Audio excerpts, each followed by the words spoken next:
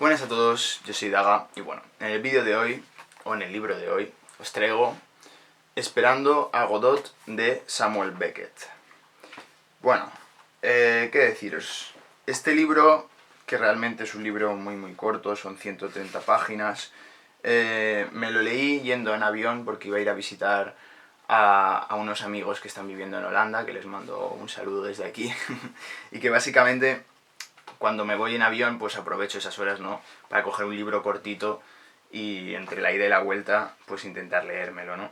Y este fue el caso de Esperando a Godot, que bueno, como sabréis es un libro que realmente está escrito realmente para... O sea, realmente es una obra de teatro, ¿no? Sí que es cierto que yo me gustaría ver la obra de teatro porque yo pienso que, bueno, no estoy acostumbrada a leer teatro, eso es lo primero de todo, pero además que pienso que se debe de disfrutar muchísimo más, ¿no?, la representación teatral, ¿no? Pero bueno, realmente la lectura del libro es bastante amena y agradable, ¿no? Es un libro que está, por así decirlo, cargado de una gran potencia simbólica, de una, de una profundidad filosófica muy grande, y que sí que es cierto que, por así decirlo, te deja con todo el rato una sensación de inquietud, ¿no?, mientras lo lees y cuando lo terminas, ¿no? Si os destripo alguna cosa, es que es inevitable, porque al fin y al cabo es difícil hablar de un libro, ¿no?, sin destriparlo, ¿no? Cuando es un ensayo, bueno, pero cuando es una obra literaria, ¿no? Pero bueno, yendo al asunto, Esperando a Godot, que es una obra, digamos, en verdad teatral de las más famosas, ¿no?, del siglo pasado, realmente, como dice el propio nombre, ¿no?, realmente Esperando a Godot se desarrolla en dos amigos que están en un árbol, o sea, en un camino con el que hay un árbol, y básicamente están esperando a un tal Godot que no viene. Claro, en ese recorrido en el cual están esperando a Godot, estos dos amigos, al fin y al cabo, se ven constantemente en la tesitura en la cual están esperando y no llega. De repente pues se ponen a hablar de una cuestión de la nada, de repente bien aparece otro personaje. Sí que es cierto que actúan como 5 personajes distintos y realmente dos de ellos apenas aparecen siquiera. Pero yendo a la cuestión de fondo, digamos, al fin y al cabo Esperando a Godot, como su nombre indica, en esa espera constante a ese tal Godot, y lo digo de antemano, Godot no llega, o sea, la espera a Godot podríamos decir que es infinita, incluso mientras tú lees se te está haciendo infinita a ti también, porque al fin y al cabo es bastante desesperante el hecho de que estés, por así decirlo, que la única finalidad en el fondo de la obra sea estar esperando a Godot, y ya no solo que no llegue, sino que tienes la sospecha de que no va a llegar, o en caso de que llegue, no sabes qué va a pasar, ni por qué están esperando a Godot. Tampoco sabes qué hacen allí, ni de dónde vienen estos personajes, quiénes son. No hay ningún contexto, por así decirlo, que presenta a estos personajes, que les dé sentido a estos personajes, sino que meramente es una escena constante en la cual ellos están esperando, y en esa espera ocurren, por así decirlo, cuestiones cotidianas, conversaciones y situaciones también absurdas, ¿no? Al fin y al cabo estamos hablando de una obra, digamos, por no decir la más famosa del teatro de lo absurdo, ¿no?, y la filosofía del absurdo propia, digamos, del existencialismo del siglo XX. Pero la cuestión en el fondo aquí, o sea, yo pienso que lo interesante de la obra realmente es más, por así decirlo, lo que se mastica o lo que ocurre de forma tácita en ese encuentro entre los amigos, entre los dos amigos, entre esas conversaciones y entre la finalidad de esperar a Godot y lo que ocurre en ese lapso de tiempo en el cual están esperando a Godot. Entonces, al fin y al cabo, lo que nos encontramos en esta obra, en ese absurdo constante, que las conversaciones son absurdas, que también que todo es absurdo, realmente no hay una coherencia. En algunos momentos hay ciertas cuestiones que generan cierta lucidez sobre reflexiones personales que te evocan a ti. Pero claro, en el fondo, mi interpretación de la obra, que sí que es cierto que está abierta, que no tiene una intención, digamos, de decirte esto significa esto, es que en el fondo ellos están esperando a Godot, pero que metafóricamente están esperando a su muerte. Para mí Godot sería Dios, si se quiere, o desde una perspectiva incluso más bien atea, ¿no? Sería la representación de la muerte, ¿no? O sea, en el fondo para mí Godot, incluso te diría Godot, no sé si a lo mejor esto a lo mejor es rayada mía, pero el hecho de que sea God, ¿no? En inglés, Dios, podría ser una referencia, no lo sé, no sé realmente si el nombre Godot significa algo. Pero lo que está claro es que para mí, esperando a Godot significa esperando a la muerte, o por así decirlo, la obra sería una especie de alegoría de cómo la existencia, en su constancia, en su continuidad, ¿no? O en términos de Spinoza, ¿no? En ese conatus, ¿no? En ese esfuerzo por perseverar en el propio ser, cada uno de nosotros se mueve por el mundo, hace una serie de cosas. Evidentemente aquí esto está, por así decirlo, reducido a un esquema en el cual es un mismo espacio, un mismo lugar, una única finalidad y tal.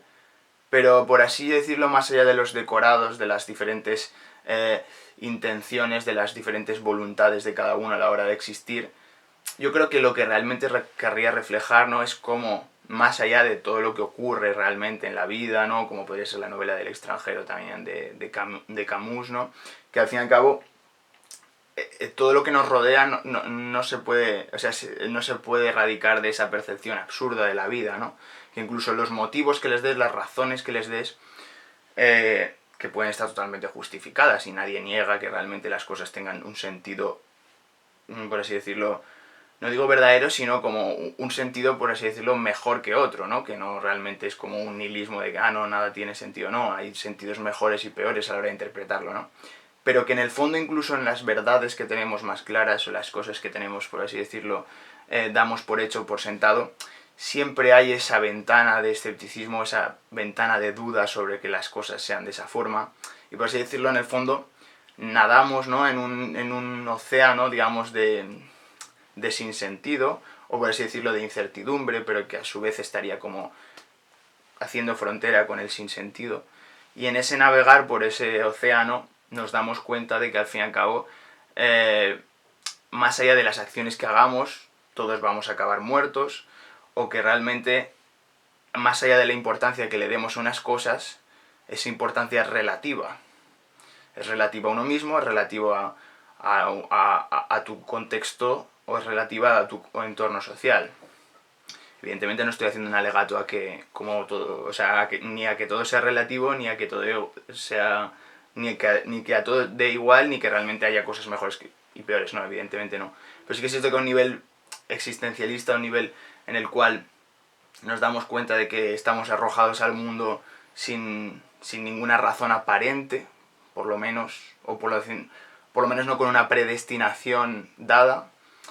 Lo que sí que ocurre es que al fin y al cabo vemos que nuestra existencia ocurre y se da por medio de las acciones que tomamos en ella y que, por así decirlo, tiene una fecha de caducidad que desconocemos, pero que tenemos totalmente asegurada que acabará ocurriendo más tarde o más temprano. Todos deseamos que más tarde y en buenas condiciones. Pero la filosofía del absurdo en el fondo refleja eso, ¿no? Que más allá de todo lo que vayas a hacer en esta vida, al final va a haber un final. No somos inmortales, ¿no?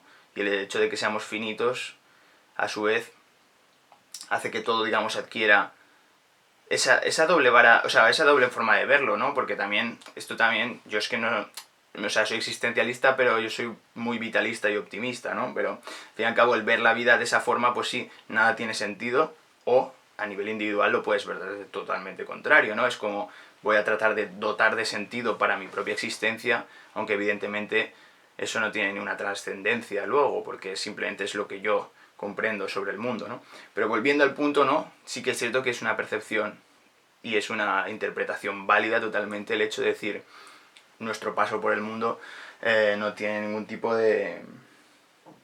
O sea, no tiene ningún tipo de sentido, simplemente ocurre de una forma arbitraria en la cual no sabes ni por qué estás aquí, ni por qué has nacido aquí, ni realmente que haya algo en el otro lado que te pueda dar una explicación, ¿no? Entonces, en ese sinsentido es donde se encuentra el sentido, diría yo, ¿no? Pero bueno, aquí no hay sentido que valga, o por así decirlo, las interpretaciones de cada uno son el sentido que realmente le va a dar, con respecto a la obra me refiero, ¿eh?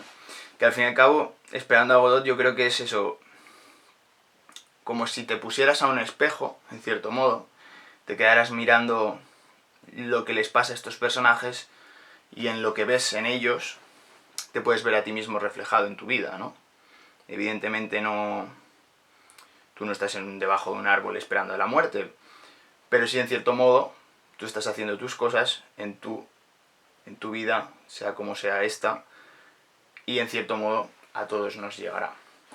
Y bueno, realmente, más allá de esto, yo pienso que es un libro, por así decirlo, que tiene bastantes capas de reflexión. Yo creo que la cuestión, digamos, del existencialismo, del absurdo o de la muerte, o incluso de Dios, si se quiere, pero Dios de forma indirecta, no de una forma directa, son como los puntos centrales, ¿no?